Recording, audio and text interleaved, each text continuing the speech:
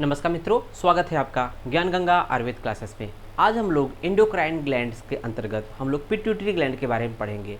तो आइए देखते हैं पिट्यूटरी ग्लैंड के जो एनाटॉमिकल स्ट्रक्चर्स और उसके जो हार्मोन्स होते हैं या जो डिफरेंट हार्मोन सीक्रेट होते हैं उसके बारे में बात करेंगे, लेकिन मेन फोकस होगा एनाटॉमी के बारे में।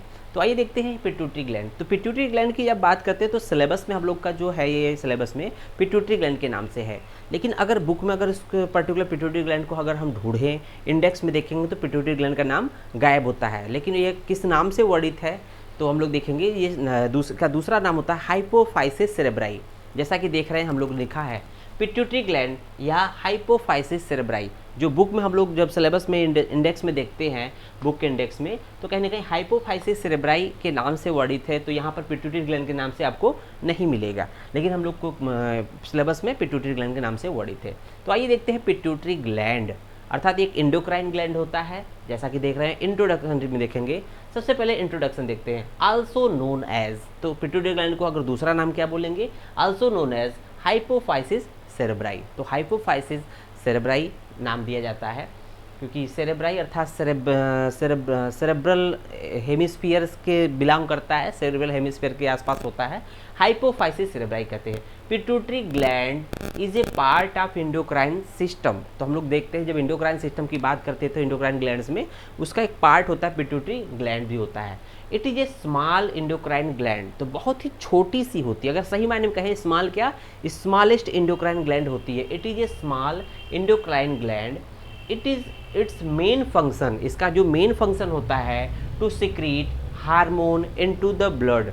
तो इसका जो मेन फंक्शन होता है ये डिफरेंट हार्मोन को सिक्रीट करते हैं और ब्लड में, क्योंकि हम लोग जानते हैं कि जो इंडोक्राइन ग्लैंड होते हैं डक्टलेस ग्लैंड होते हैं, इनके जो सिक्रेशंस होते हैं डायरेक्ट ब्लड में पोर्ड कर दिए जाते हैं और ज़रूरत के हिसाब से ये ज़रूरत के हिसाब से पूरे बॉडी में सर्कुलेट करते हैं और जहाँ ज़रूरत होती है उसको ले लिया जाता है। तो वे देखते हैं कि ये इस तरह से इसको एक दूसरा नाम बोला गया क्योंकि इसका जो फंक्शन होता है या एक तरह से इसका जो पूरे इंडोक्राइन ग्लैंड का जो सिस्टम है उसमें एक जो इसका रोल है उसका as a master gland in humans में होता है, अर्थात मास्टर है, अर्थात जो भी अदर जो इंडोक्राइन ग्लैंड्स होते हैं उनको कंट्रोल करता है, रेगुलेट करता है, इसलिए इसको मास्टर ग्लैंड बोलते हैं। या इसको ये भी बुक में लिखा है master of endocrine orchestra, master of endocrine orchestra. तो कहते हैं कि इंडोक्राइन आर्केस्ट्रा सिंपली हम लोग कहते हैं जो एक म्यूजिकल ग्रुप होता है आर्केस्ट्रा, जिसमें म्यूजिकल ग्रुप में देखते होंगे डिफरेंट इंस्ट्रूमेंट होते हैं, उसको बजाने वाले चलाने वाले बहुत से लोग होते हैं, लेकिन उसमें एक जो मेन व्यक्ति होता है उसके इशारों के हिसाब से उसके जो भी उस तरह से इशारा देता है अपनी भाषा में तरह से, तो वो हर कोई उसको फॉलो करता है। मीन्स जैसा वो कहेगा, जो एक तरह से जो ओनर होता है या मास्टर होता है उसी को सब जो अदर जो तरह से जो इंस्ट्रूमेंट को अगर बजाते हैं तो वो उसको फॉलो करते थे, इसलिए बोला गया है। उसी तरह से सेम फंक्शन यहाँ पर भी है कि पिट्यूटरी ग्लैंड जो होता है अदर इंडोक्राइन ग्लैंड को कंट्रोल करता है, रेगुलेट करता है उनके फंक्शंस को, इसलिए बोला गया master gland in humans are master of endocrine orchestra शब्द बोला गया है। फिर देखेंगे क्यों कहा गया, यहाँ पर दिया है It is often referred as the master of endocrine gland। क्यों कहा गया है ऐसा देखेंगे।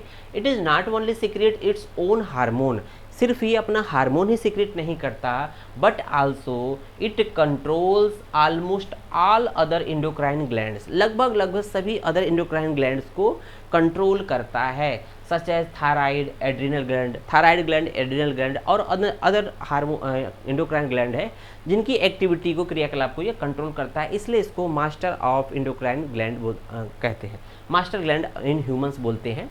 तो इस तरह से यहाँ पर इसके बारे में दिया है, इंट्रोडक्शन हो गया। उसके बाद देखेंगे साइज की बात करते थे। स्मॉलेस्ट ग्लैंड होता है, बहुत छोटी सी ग्लैंड होता है, हम लोग देखते हैं।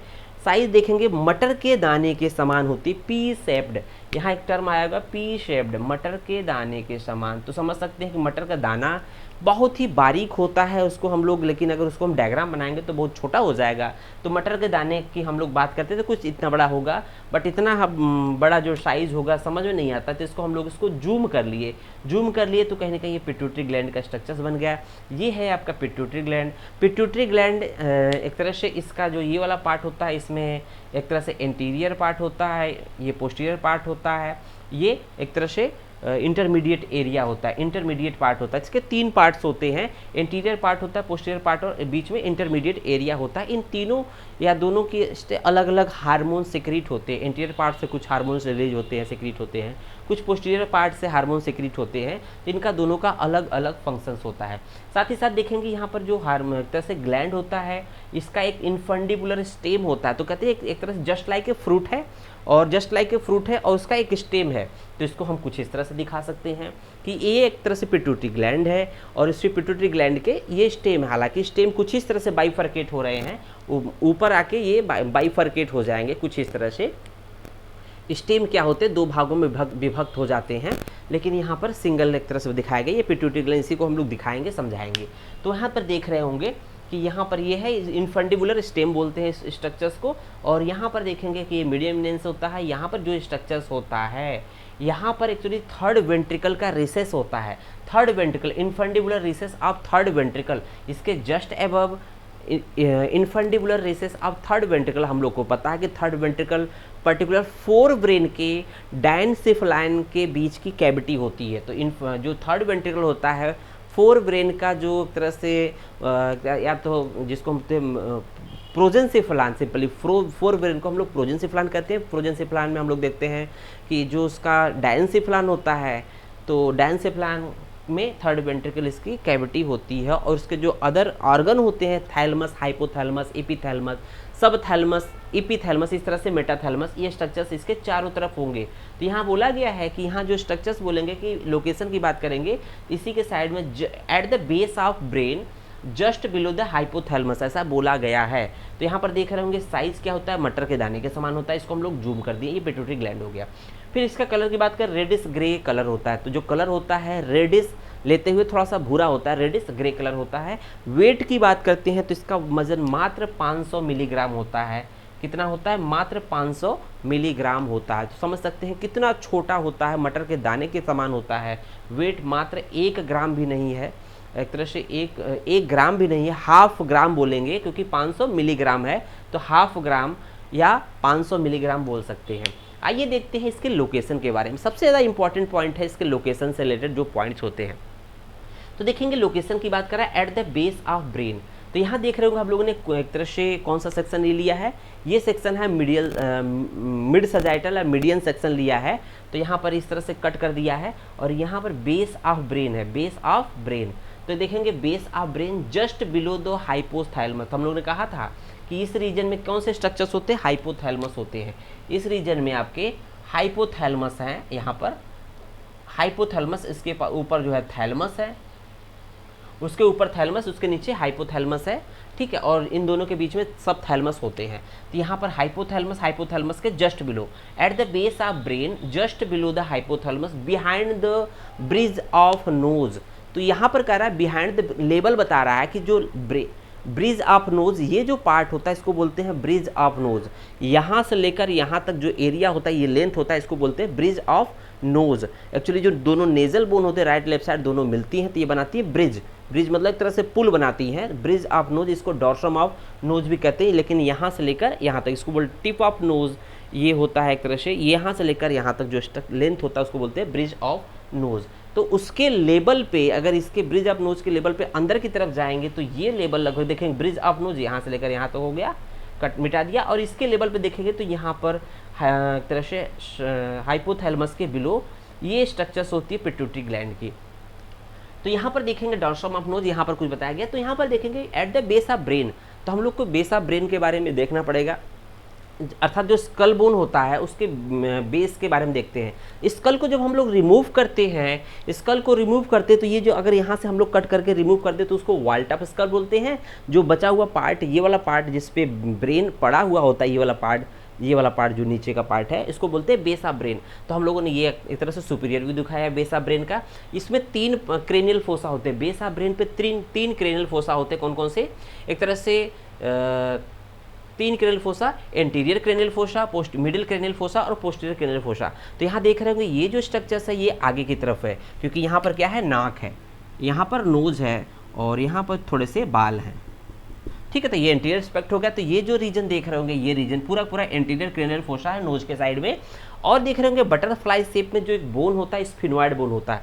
बटरफ्लाई शेप में जो एक बोन होता है स्फिनोइड बोन होता है। तो कहने के मिडिल क्रेनियल फोसा दो बोन से मिलकर बना होता है। ये देखेंगे बटरफ्लाई शेप में स्फिनोइड बोन है, जबकि साइड बाय साइड थोड़ा सा जो है टेम्पोरल बोन है। दोनों बोन के मिलने से एक तरह से मिडिल क्रेनियल फोसा बनता है। इस मिडिल क्रेनियल फोसा के मीडियन में देखेंगे ये वाला पार्ट जो होता है, एक तरह से ये वाला पार्ट, एक तरह से ये जो पार्ट होता है यहाँ पर ये एक स्ट्रक्चर्स होती है, उसको बोलते हैं सेला टर्सिका या हाइपोफाइजियल फोसा। Hypophyseal fossa. तो यहाँ देखेंगे मिडिल क्रेनियल फोसा में क्या होता है, sphenoid bone. Middle cranial fossa के स्फिनोइड बोन, ये स्फिनोइड बोन है, साइड में क्या है टेम्पोरल बोन। हम लोग को मतलब है स्फिनोइड बोन के, स्फिनोइड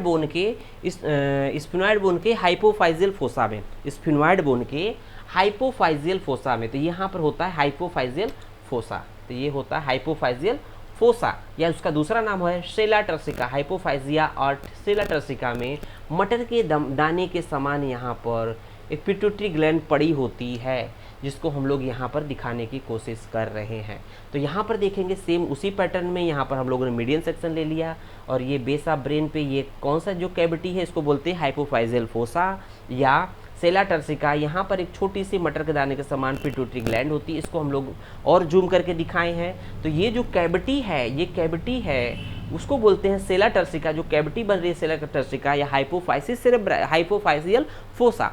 तो क्योंकि हाइपोफाइसिस सेरेब्राइस में लॉज करती है, अर्थात पिट्यूटरी ग्लैंड लॉज करती है, इसलिए इस कैविटी का नाम है हाइपोफाइसियल फोसा। तो ये देख रहे होंगे ये फोसा है, और यहाँ पर ये पिट्यूटरी ग्लैंड कुछ इस तरह से दिखाया है। अब आते हैं इसके मॉडल के बारे में पिट्यूटरी ग्लैंड के।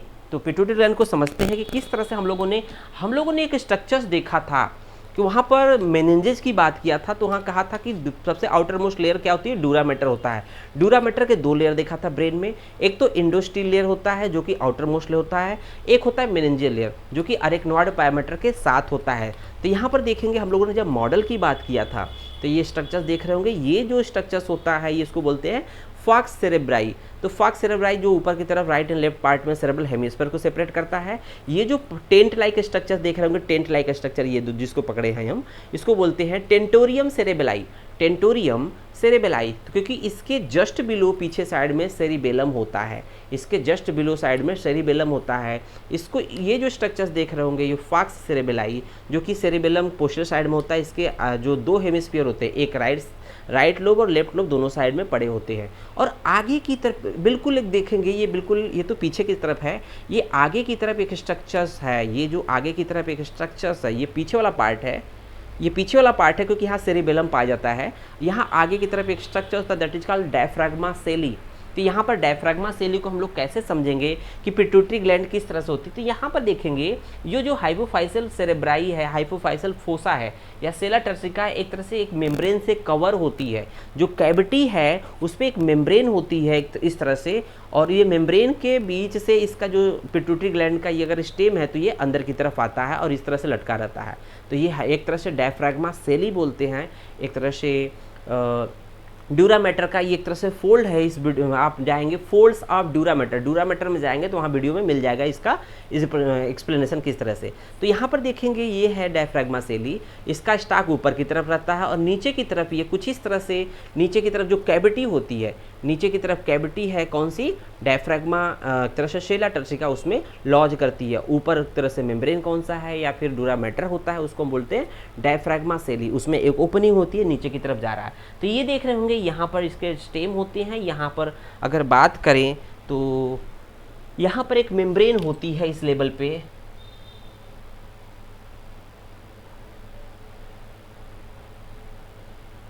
इसी मेम्ब्रेन को पियर्स करते नीचे जा रहा है। तो हम लोग यहाँ भी देख रहे होंगे ये जो रीजन स्ट्रक्चर्स है इसको बोलेंगे डायफ्राग्मा सेली। तो यहाँ पर देख रहे होंगे पिट्यूटरी ग्लैंड है, ये पिट्यूटरी ग्लैंड कुछ इस तरह से पड़ी होती है बेस ऑफ ब्रेन पे, सेला टर्सिका नीचे होती है, ये जो है डायफ्राग्मा सेली है। ये स्ट्रक्चर्स क्या है, डायफ्राग्मा सेली है, उसमें एक ओपनिंग होती है जिसके थ्रू ये बाहर जाते हैं। तो कुछ इस तरह से हम लोगों ने यहाँ पर लोकेशन के बारे में देखा, उसके जो एनाटॉमिकल जो पोजीशन होती है या उसके जो मास्टर ग्लैंड के बारे में बात किया। तो इन जनरल जो हम लोगों ने पिट्यूटरी ग्लैंड के बारे में बात किया, तो देखा जाए पूछा जाए कि ब्रेन के बेस में एग्जैक्ट किस क्रेनियल फोसा में होता है, तो आप बोलेंगे मिडिल क्रेनियल फोसा में। साथ ही साथ ये भी पूछा जाए कि पर्टिकुलर कौन से बोन में ये लॉन्च करता है, या कौन से बोन में अगर मतलब जो कैविटी फोसा फॉर्मेशन होता है उसको बोलेंगे स्फिनॉइड बोन होता है, वो भी मिडिल क्रेनियल फोसा जो हो स्फिनॉइड बोन में। स्फिनॉइड बोन के पर्टिकुलर कौन सी फोसा बनती है, तो आप देखेंगे तो सेला टर्सिका या हाइपोफाइजियल फोसा नाम देते हैं। तो कुछ इस तरह से हम लोगों ने इसके बारे में देखा। धन्यवाद। इसके बाद हम लोग नेक्स्ट इसके पार्ट के बारे में बात देखेंगे, अर्थात इसके पार्ट्स ऑफ पिट्यूटरी ग्लैंड। धन्यवाद।